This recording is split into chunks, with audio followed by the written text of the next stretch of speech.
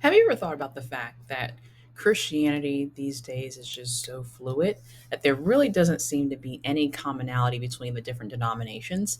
And if somebody says that they're a Christian, you really don't know what that means other than that they possibly believe in Jesus and possibly believe in like the death, resurrection, things like that.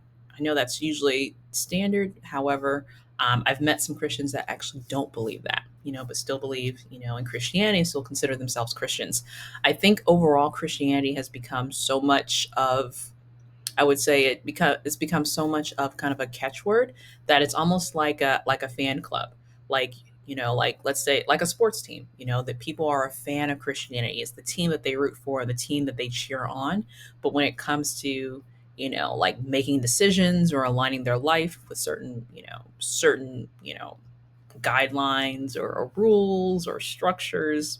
None of that. It's really, love for everybody, compassion for everyone, which is all fine and dandy. But that also means that, you're more in the spectator stands of this thing versus kind of getting your hands dirty and really getting into the doctrinal beliefs and the theological debates that oftentimes come up when it comes to defending Christianity and discussing Christianity. I'm seeing a lot of people that kind of give themselves the label and identify that way, but when it comes to, asking specifically what they believe as Christians or, where you can find, what they've been talking about in the Bible, a lot of times I get blank faces or blank stares because, it's never that deep. Again, it's like being a fan of a team. They're a fan. They'll say the right things. They got the rah rah going on. They love the music. A lot of times go to churches where they love the atmosphere. It's a good vibe. It's motivational. It's inspirational. But when it comes to lifestyle, when it comes to a lot of the guidelines that were traditionally thought of, as being aligned with Christianity, there's none of that there. And I think it really speaks to how much our world has changed over the years, and also how much people have really, I think, moved past what it was originally supposed to be.